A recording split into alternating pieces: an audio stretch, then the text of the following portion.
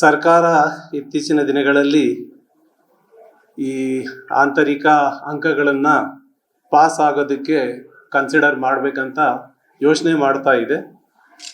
ಸರ್ಕಾರ ಇದರಲ್ಲಿ ಯಶಸ್ವಿ ಆದರೆ ಇದು ಮಕ್ಕಳಿಗೆ ಮತ್ತು ಸಮಾಜಕ್ಕೆ ಹಾಗೂ ಪೋಷಕರಿಗೆ ಬಹಳ ಅನುಕೂಲ ಆಗುತ್ತೆ. ಇದರಿಂದ ಇದುವರೆಗೂ ನಮ್ಮ ಈ ಸರ್ವಿಸ್ನಲ್ಲಿ ಅನೇಕ ಪರೀಕ್ಷೆಗಳನ್ನು ನೋಡಿದ್ದೀವಿ. 3 ಪರೀಕ್ಷೆ SSLCಯಲ್ಲಿ 3 ಪರೀಕ್ಷೆ ಬಂದ ನಂತರನೂ ಫೇಲ್ ಆಗೋ ಸಂಖ್ಯೆ ಕಡಿಮೆ ಆಗ್ತಾ ಇಲ್ಲ. ಈ ಒಂದು ಪದ್ಧತಿ CBSEಯಲ್ಲಿ ಇರೋದ್ರಿಂದ ನಾವು CBSEಯ ಪುಸ್ತಕಗಳನ್ನ ಓದ್ತಾ ಇರೋದ್ರಿಂದ ಪರೀಕ್ಷೆಯಲ್ಲಿ CBSE ಬೇಡ, ನಾವು ನಮ್ಮ ರಾಜ್ಯದ ಒಂದು ಪರೀಕ್ಷಾ ಪದ್ಧತಿಯನ್ನು ಅಳವಡಿಸ್ಕೊಳ್ತೀವಿ ಅಂತ ಹೇಳಿದರೆ ಇದು ಪ್ರಯೋಜನ ಆಗಲ್ಲ. ಸರ್ಕಾರ CBSE ಮಕ್ಕಳಿಗೆ ಒಂದು, ನಮ್ಮ ಮಕ್ಕಳಿಗೆ, ರಾಜ್ಯದ ಮಕ್ಕಳಿಗೆ ಒಂದು ಪರೀಕ್ಷೆ ಮಾಡಿದರೆ ಇದು ನಮ್ಮ ಮಕ್ಕಳಿಗೆ ಅನ್ಯಾಯ ಆಗುತ್ತೆ. CBSE ಮಕ್ಕಳು ಸುಮಾರು 100ಕ್ಕೆ 98-99% ಮಕ್ಕಳು ಪಾಸ್ ಆಗ್ತಾ ಇದ್ದಾರೆ. ನಮ್ಮ ರಾಜ್ಯದಲ್ಲಿ ಈ ವರ್ಷದ ಫಲಿತಾಂಶ 25ರಲ್ಲಿ ಬಂದಿರತಕ್ಕಂಥ ಫಲಿತಾಂಶ 62%. ಅದು ಏಪ್ರಿಲ್ ಪರೀಕ್ಷೆಯಲ್ಲಿ ಬಂದಿದ್ದು. ಆಮೇಲೆ 2ನೇ ಪರೀಕ್ಷೆಯಲ್ಲಿ 3ನೇ ಪರೀಕ್ಷೆಯಲ್ಲಿ ಫಲಿತಾಂಶ ಬಂತು. ಆದರೆ ಮೊದಲನೇ ಫಲಿತಾಂಶದಲ್ಲಿ 62% ಮಾತ್ರ ಬಂದಿದೆ. ಇದನ್ನೇ ನಾವು CBSE ಕಂಪೇರ್ ಮಾಡಿದರೆ ಅವರು 99% ಅಥವಾ 98% ಬರುತ್ತೆ. ಈ ಒಂದು ಪದ್ಧತಿ ಬರೋದ್ರಿಂದ CBSE ಮಕ್ಕಳು ರಾಜ್ಯದ ಮಕ್ಕಳಿಗೆ ಮಧ್ಯೆ ಈ ಒಂದು ತಾರತಮ್ಯ ಕಡಿಮೆಯಾಗಿ ನಮ್ಮ ಮಕ್ಕಳು ಸಹ ಉತ್ತಮವಾಗಿ ಪಾಸ್ ಆಗ್ತಾರೆ. ಇದರಿಂದ ಫೇಲ್ ಆಗೋ ಮಕ್ಕಳು ಕಡಿಮೆ ಆಗ್ತಾರೆ. ಮಕ್ಕಳು ಸಂತೋಷವಾಗಿ ಒಂದು ಚಟುವಟಿಕೆಗಳಲ್ಲಿ, ಕಲಿಕೆ ಚಟುವಟಿಕೆಗಳಲ್ಲಿ ಭಾಗಿಯಾಗ್ತಾರೆ. ಇದು ನನ್ನ ಒಂದು ಅಭಿಪ್ರಾಯ ಆಗಿದೆ. ಈ ಒಂದು ಪದ್ಧತಿಯಿಂದ ಬಹಳ ಮಕ್ಕಳಿಗೆ ಅನುಕೂಲ ಆಗುತ್ತೆ. ನಮ್ಮ ಶಿಕ್ಷಕರಿಗಾಗ್ಲಿ, ಮಕ್ಕಳಿಗಾಗ್ಲಿ, ಪೋಷಕರಿಗಾಗ್ಲಿ ಇದರಿಂದ ಬಹಳ ಅನುಕೂಲ ಆಗುತ್ತೆ. ನಾನು ಈ ಒಂದು ಪದ್ಧತಿಯಿಂದ ಬಹಳ ಸಂತೋಷವಾಗಿದ್ದೀನಿ. ಇದನ್ನ ಇಂಪ್ಲಿಮೆಂಟ್ ಮಾಡಿದ್ರೆ ಬಹಳ ಸಂತೋಷ ಆಗುತ್ತೆ. ಸೆಂಟ್ರಲ್ ಗವರ್ಮೆಂಟ್ ಸ್ಟೇಟ್ ಗವರ್ಮೆಂಟ್ ತಾರತಮ್ಯ ಮಾಡ್ದಂಗೆ ಅದ್ ನಾನು ಹೇಳಿದೆ, ಇಬ್ಬರಿಗೂ ತಾರತಮ್ಯ ಡೆಫಿನೆಟ್ಲಿ ಇಷ್ಟು ವರ್ಷ ಮಾಡಿದ್ದಾರೆ. ಆಲ್ರೆಡಿ ಇಷ್ಟು ವರ್ಷ ಮಾಡಿದ್ದಾರೆ. ಅದೇ ವಿದ್ಯಾರ್ಥಿಗಳು ಪುಸ್ತಕ ಅದೇ, ನಮ್ಮ ವಿದ್ಯಾರ್ಥಿಗಳು 62% ಪಾಸ್ ಆಗೋದು, ಅವ್ರ ವಿದ್ಯಾರ್ಥಿಗಳು 99% ಪಾಸ್ ಆಗ್ತಾರೆ. ಇದು ಬಹಳ ಅನ್ಯಾಯ. ಮಕ್ಕಳಲ್ಲಿ ಈ ತರ ಮಾಡ್ಕೊಡೋದು, ಇದು ಯಾವಾಗ್ಲೂ ನಮ್ಮ ಸರ್ಕಾರ ಇದನ್ನ ಇಂಪ್ಲಿಮೆಂಟ್ ಮಾಡ್ಬೇಕಿತ್ತು. ಈಗಾದ್ರೂ ಸರ್ಕಾರ ಕಣ್ ತರಿತಾ ಇದೆ, ಬಹಳ ಒಳ್ಳೇದು. ಹಳೆ ರೂಲ್ಸ್ ನಮ್ಮ ಒಂದು ನಾವು ಓದ್ಬೇಕಾದ್ರೆ ಯೋಚನೆ ಮಾಡಿದ್ರೆ ಅದು ಬಹಳ ಚೆನ್ನಾಗಿತ್ತು. ಬ್ರಿಟಿಷರ್ ಪದ್ಧತಿ ತರ ನಾವು ಸೆಪ್ಟೆಂಬರ್ನಲ್ಲಿ ಎಕ್ಸಾಮ್ ಬರಿತಿದ್ವಿ. ಈಗ ಏಪ್ರಿಲ್ನಲ್ಲಿ ಎಕ್ಸಾಮ್ ಆಗುತ್ತೆ. ಮಗುಗೆ 15 ದಿನ ಟೈಮ್ ಇರುತ್ತೆ. 1 ವರ್ಷ ಓದಿರೋ ಮಗು ಫೇಲ್ ಆಗುತ್ತೆ, 15 ದಿನ ಓದಿರೋ ಮಗು ಮತ್ತೇನು ಪಾಸ್ ಆಗುತ್ತೆ. ಈ 3 ಪರೀಕ್ಷೆ ಇರತಕ್ಕಂಥ ಸಿಸ್ಟಮ್ ಸರಿ ಇಲ್ಲ. ಪರೀಕ್ಷೆ 2 ಇರಬೇಕು. ಅದು ಈ ಸೆಂಟ್ರಲ್ ಪದ್ಧತಿ ಮತ್ತೆ ಈ ಸ್ಟೇಟ್ ಪದ್ಧತಿ ಅಂತ ಇರಕೂಡದು. ದೇಶಕ್ಕೆ ಒಂದೇ ಪರೀಕ್ಷೆ ಇರಬೇಕು. ಬಹಳ ಅನುಕೂಲ ಆಗುತ್ತೆ. ನನಗೇನು ಆಕ್ಷೇಪಣೆ ಇಲ್ಲ. ನಾನು ಬಹಳ ಸಂತೋಷ ನನಗೆ ಬಂದ್ರೆ. ಇದು ನೋಡಿ, ಮಕ್ಕಳಲ್ಲಿ ಫೇಲ್ ಮಕ್ಕಳು ಅಂತಿಲ್ಲ. ನೀವು ಕೇಳ್ತೀರ ಪ್ರಶ್ನೆ, ಇದರಿಂದ ಮಕ್ಕಳಿಗೆ, ಓದೋ ಮಕ್ಕಳಿಗೆ ಅನ್ಯಾಯ ಆಗುತ್ತಲ್ಲ? ಅದು ಖಂಡಿತ ಆಗಲ್ಲ. ಮಕ್ಕಳಲ್ಲಿ ಬುದ್ಧಿವಂತರು ಇರ್ತಾರೆ, ಮತ್ತೆ ಓದಿನಲ್ಲಿ ಸ್ವಲ್ಪ ಹಿಂದುಳಿದ ಮಕ್ಕಳು ಇರ್ತಾರೆ. ಸಂಪೂರ್ಣ ದಡ್ಡ ಮಕ್ಕಳು ಯಾರು ಇರೋದಿಲ್ಲ. ಈ ಹಿಂದುಳಿದ ಮಕ್ಕಳಿಗೆ ಇದು ಅನುಕೂಲ ಆಗುತ್ತೆ. ಚೆನ್ನಾಗಿ ಓದಿರೋ ಮಕ್ಕಳು ಒಳ್ಳೆ ಮಾರ್ಕ್ಸ್ ತಗೊಳ್ತಾರೆ. ಅಷ್ಟೇ ವ್ಯತ್ಯಾಸ ಇರೋದು. ಇದರಿಂದ ಕಲಿಕೆಯಲ್ಲಿ ಸ್ವಲ್ಪ ಹಿಂದುಳಿದ ಮಕ್ಕಳಿಗೆ ಇದರಿಂದ ಬಹಳ ಅನುಕೂಲ ಆಗುತ್ತೆ. ದಡ್ಡ ಮಕ್ಕಳು ಅಂತ ಏನು ಓದಕ್ ಬರೋದಿಲ್ಲ ಅಂತ ಯಾವ ಮಕ್ಕಳು ಇರೋದಿಲ್ಲ. ಈ ಹಿಂದುಳಿದ ಮಕ್ಕಳಿಗೆ ಬಹಳ ಅನುಕೂಲ ಆಗುತ್ತೆ. ಈಗ ಲಿಖಿತ ಪರೀಕ್ಷೆಯಲ್ಲಿ 17 ಅಂಕ ಕೊಡ್ತಿದ್ರು, ಈಗ 13 ಬಂದಿದೆ. ಇದರ ಪ್ರಕಾರ ಬಹಳ ಸಂತೋಷ.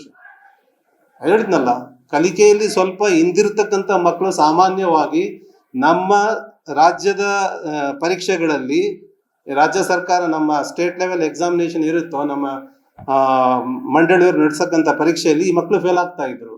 ಈಗ ಈ ಮಕ್ಕಳಿಗೆ ಸ್ಕೋರ್ ಮಾಡೋದಕ್ಕೆ ಕಡಿಮೆ ಮಾರ್ಕ್ಸ್ ಇರೋದ್ರಿಂದ ಈ ಮಕ್ಕಳು ಆರಾಮಾಗಿ ಅಷ್ಟು ಮಾರ್ಕ್ಸ್ ಅಂತೂ ಗ್ಯಾರಂಟಿ ತಗೊಳ್ತಾರೆ. ಅಷ್ಟು ಮಾರ್ಕ್ಸ್ ತೆಗೆದೇ ಇರೋ ಮಗು ಯಾವುದು ಇರೋದೇ. ಎಲ್ಲೋ ಮಕ್ಕಳು ಏನಾದರೂ ಪರೀಕ್ಷೆಗೆ ಆಬ್ಸೆಂಟ್ ಆಗಿರೋ ಮಕ್ಕಳು ಮಾತ್ರ ಫೇಲ್ ಆಗ್ಬೋದು. ಶಾಲೆಗೆ ಬರೋ ಮಕ್ಕಳು ಯಾರು ಫೇಲ್ ಆಗೋಕ್ ಸಾಧ್ಯತೆ ಇಲ್ಲ. ರಾಜ್ಯ ಪಠ್ಯಕ್ರಮ ಅನುಸರಿಸಿರುವ ಶಾಲಾ ಮಕ್ಕಳು CBSE ಮಾದರಿಯಲ್ಲಿ ಓದಬೇಕಾಗುತ್ತೆ. ಮಾದರಿ ಅದೇ ಇರೋದು, ಅದೇ ಪುಸ್ತಕಗಳು ಇರೋದು, ಪಾಠ ಪ್ರವಚನ ಅದೇ ಇರುತ್ತೆ. ಬರೀ ಬದಲಾಗ್ತಾ ಇರೋದು ಏನಂತ ಹೇಳಿದ್ರೆ ಪರೀಕ್ಷೆ ಮಾತ್ರ ಬದಲಾಗ್ತಾ ಇದೆ. ಇನ್ನೊಂದಿದೆ LB ಅಂತ ಬರ್ತಾ ಇದೆ. LBA ಬಗ್ಗೆ ಬಹಳಷ್ಟು ಆಕ್ಷೇಪಣೆಗಳು ಇದಾವೆ. ಅದು ಇನ್ನೂ ಅವರೇ ಕನ್ಫ್ಯೂಷನ್ ಅಲ್ಲಿ ಇದ್ದಾರೆ. ಆ ಇಂಟ್ರೊಡ್ಯೂಸ್ ಮಾಡಿರ್ತಕ್ಕಂಥವ್ರು, ಸರ್ಕಾರ ಆಗ್ಲಿ ಅಥವಾ ಆ ಕಮಿಟಿ ಆಗ್ಲಿ, ಯಾರಾಗ್ಲಿ, ಅವರು ಮಾಡಿರ್ತಕ್ಕಂಥವ್ರು ಸಹ ಇನ್ನೂ ಯಾವುದೋ ಒಂದು ಫೈನಲ್ ಡಿಸಿಷನ್ ತಗೊಂಡಿಲ್ಲ. ಅದರಲ್ಲಿ ಏನಾಗುತ್ತೆ, ಓದೋಕೆ ಪಾಠ ಮಾಡೋದಕ್ಕೆ ಅವಧಿಗಳು ಕಡಿಮೆ ಸಿಗುತ್ತೆ. LBAನೇ ಎಲ್ಲಾ ಅವಧಿಗಳನ್ನ ತಿಂದು ಹಾಕುತ್ತೆ. ಇದು ಕನ್ನಡ 125 ಹೌದು ಅದೊಂದು ಬಿಟ್ಟು ಇನ್ನೆಲ್ಲಾ ಸಬ್ಜೆಕ್ಟ್ಗೂ 100 ಮಾಡಿದ್ದಾರೆ. ಹೌದು ಇದು ಕನ್ನಡದ ಯಾಕೆ ಅಷ್ಟೊಂದು ಇದು ಮಾಡಿದ್ದಾರೆ? ನೋಡ್ರಿ, ನಾವು ಕನ್ನಡದ ಅಭಿಮಾನಿಗಳು, ನಾವು ಓದಿರಕ್ಕಂಥದ್ದು ಕನ್ನಡ ಮೀಡಿಯಮ್ಮೇ. ಇದು ಸಹ 100 ಮಾರ್ಕ್ಸ್ ಮಾಡಿದರೆ ಬಹಳ ಅನುಕೂಲ ಆಗುತ್ತೆ ಮಕ್ಕಳಿಗೆ. ಮಗು ಕನ್ನಡ ಓದುತ್ತೆ. ನೀವು ಮಾರ್ಕ್ಸ್ 100 ಮಾರ್ಕ್ಸ್ಗಾದ್ರೂ ಮಾಡಿ, 125 ಮಾರ್ಕ್ಸ್ಗಾದ್ರೂ ಮಾಡಿ, 200 ಮಾರ್ಕ್ಸ್ಗಾದ್ರೂ ಮಾಡಿ, ಕನ್ನಡನೇ. ಅದೇ ಪುಸ್ತಕ ಇರುತ್ತೆ. ಪರೀಕ್ಷೆಯಲ್ಲಿ ಅಂಕಗಳು ಹೆಚ್ಚು ಕಡಿಮೆ ಆದ್ರೆ ಏನು ಪ್ರಾಬ್ಲಮ್ ಆಗೋದಿಲ್ಲ. 625 ಬರಿತಾ ಇದ್ರಿ. ನಿಮ್ಮಲ್ಲಿ 206 ಬಂದ್ರೆ ಪಾಸ್ ಆಗೋ ಚಾನ್ಸಸ್ ಇದೆ. ಹೇಳ್ದಲ್ಲ ನಾನ್, ಮಕ್ಕಳಲ್ಲಿ ದಡ್ಡ ಮಕ್ಕಳು ಅಂತ ಯಾರು ಇರೋದಿಲ್ಲ. ಸ್ವಲ್ಪ ಕಲಿಕೆಯಲ್ಲಿ ಹಿಂದಿರ್ತಕ್ಕಂಥ ಮಕ್ಕಳಿರ್ತಾರೆ ಬೇರೆ ಬೇರೆ ಕಾರಣದಿಂದ. ಆ ಮಕ್ಕಳಿಗೂ ಸಹ ಬಹಳ ಅನುಕೂಲ ಆಗುತ್ತೆ. ಈ ಪರೀಕ್ಷೆ ಬರಬೇಕು. ಬಹಳ ಸಂತೋಷ ಬಂದ್ರೆ ಬಹಳ ಒಳ್ಳೇದಾಗುತ್ತೆ. ನನಗಲ್ಲ, ಎಲ್ರಿಗೂ, ಮಕ್ಕಳಿಗೆ, ಪೋಷಕರಿಗೆ, ಶಾಲೆಯವರಿಗೆ, ಸಮಾಜಕ್ಕೆ, ಎಲ್ರಿಗೂ. ಆಯ್ತು, ಯಾರೋ ಕೆಲವು ಜನ ಅಬ್ಜೆಕ್ಷನ್ ಮಾಡ್ತಾರೆ, ಅವ್ರು ದೊಡ್ಡ ತಲೆಯವರು, ಅವ್ರ ಸವಾಸ ನಮಗೆ ಬೇಡ. ಇದು ಮಕ್ಕಳಿಗೆ ಒಳ್ಳೇದಾಗ್ಲಿ. ಮಗು ಕಲಿಬೇಕು. ಕಲಿಕೆ ಆಗಿದೆ ಅಂದ್ರೆ ನಮಗೆ ಸಾಕು. ಮಗು ಓದಕ್ ಬರುತ್ತೆ, ಬರೆಯಕ್ ಬರುತ್ತೆ, ಅಷ್ಟು ಸಾಕು ನಮಗೆ. ನಾವು ಶಿಕ್ಷಣ ತಜ್ಞರಲ್ಲ. ಆ ಮಕ್ಕಳಲ್ಲೂ ಆ ಶಿಕ್ಷಣ ತಜ್ಞತೆಯನ್ನು ನಾವು ಹುಡ್ಕೋಕ್ ಹೋಗಲ್ಲ. ನಾವು ಶಾಲೆಯವ್ರು ಏನ್ ಮಾಡ್ತೀವಿ, ಮಗು ಓದ್ತಾ ಇದೆಯಾ, ಬರಿತಾ ಇದೆಯಾ, ನಮಗೆ ಪಾಸ್ ಆಗೋಕೆ ಲಾಯಕ್ ಇದಾನ ಮಗು, ಆಗ್ತಾನ? ಎಸ್, ವೆರಿ ಗುಡ್, ಸಾಕು. Very good news. ನನಗೆಲ್ಲ ಪೋಷಕರೆಲ್ಲ ಬಹಳ ಸಂತೋಷವಾಗಿದ್ದಾರೆ. ಸರ್ಕಾರನೂ ಅದ್ರ ಪರವಾಗಿ ಇದೆ, ಸಂಘ ಸಂಸ್ಥೆಗಳು ಪರವಾಗಿದ್ದಾವೆ. ಇಲ್ಲಿ ಕೆಲವು ಶಿಕ್ಷಣ ತಜ್ಞರು ಮಾತ್ರ ಅಬ್ಜೆಕ್ಷನ್ ಮಾಡ್ತಿದ್ದಾರೆ. ಯಾಕಂದ್ರೆ ಅವ್ರು ದೊಡ್ಡವರು, ಅವ್ರ ಮಕ್ಕಳೆಲ್ಲ ಬೇರೆ ಕಡೆ ಓದ್ತಿದ್ದಾರೆ, ಫಾರಿನಲ್ಲೆಲ್ಲ. ಅವ್ರಿಗೇನು ಕೂತ್ಕೊಂಡು ಆರ್ಡರ್ ಮಾಡಕ್ ಏನಂತೆ, ಅವರಿಗೆ ಮಾಡ್ಕೊಳ್ತಾರೆ ಅಷ್ಟೇ. Thank you very much. ನಮಸ್ಕಾರ. ನಮ್ಮ ಕರ್ನಾಟಕ ರಾಜ್ಯದಲ್ಲಿ ಕಳೆದ ವರ್ಷದ ನೀಟ್ ಮತ್ತು IIT JEE ಪರೀಕ್ಷೆಯಲ್ಲಿ ಸಾವಿರಾರು ಉಚಿತ ಮೆಡಿಕಲ್ ಹಾಗೂ IIT ಸೀಟ್ಗಳನ್ನು ನೀಡಿರುವ ನಮ್ಮ ಹೆಮ್ಮೆಯ ಎಕ್ಸೆಲ್ ಅಕಾಡೆಮಿಕ್ಸ್ ವಿದ್ಯಾಸಂಸ್ಥೆಯಾಗಿದೆ. ಒಂದು ವರ್ಷದ ಲಾಂಗ್ ಟರ್ಮ್ ನೀಟ್, CET ಮತ್ತು IIT JEE ದಾಖಲಾತಿ ಪ್ರಾರಂಭವಾಗಿದೆ. ಮೆಡಿಕಲ್ ಅಂದರೆ ಎಕ್ಸೆಲ್, ಎಕ್ಸೆಲ್ ಅಂದ್ರೆ ಮೆಡಿಕಲ್.